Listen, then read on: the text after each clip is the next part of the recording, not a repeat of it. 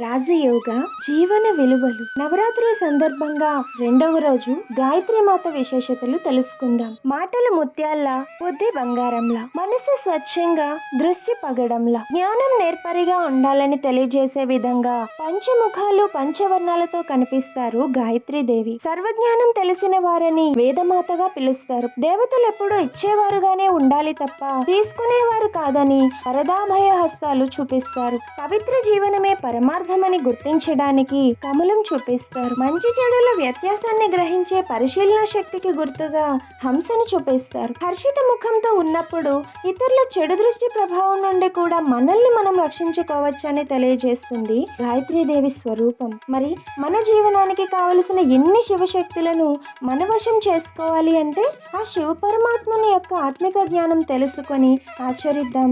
రాజయోగాభ్యాసం చేసి మనలో శక్తులని మేల్కొల్పుదాం.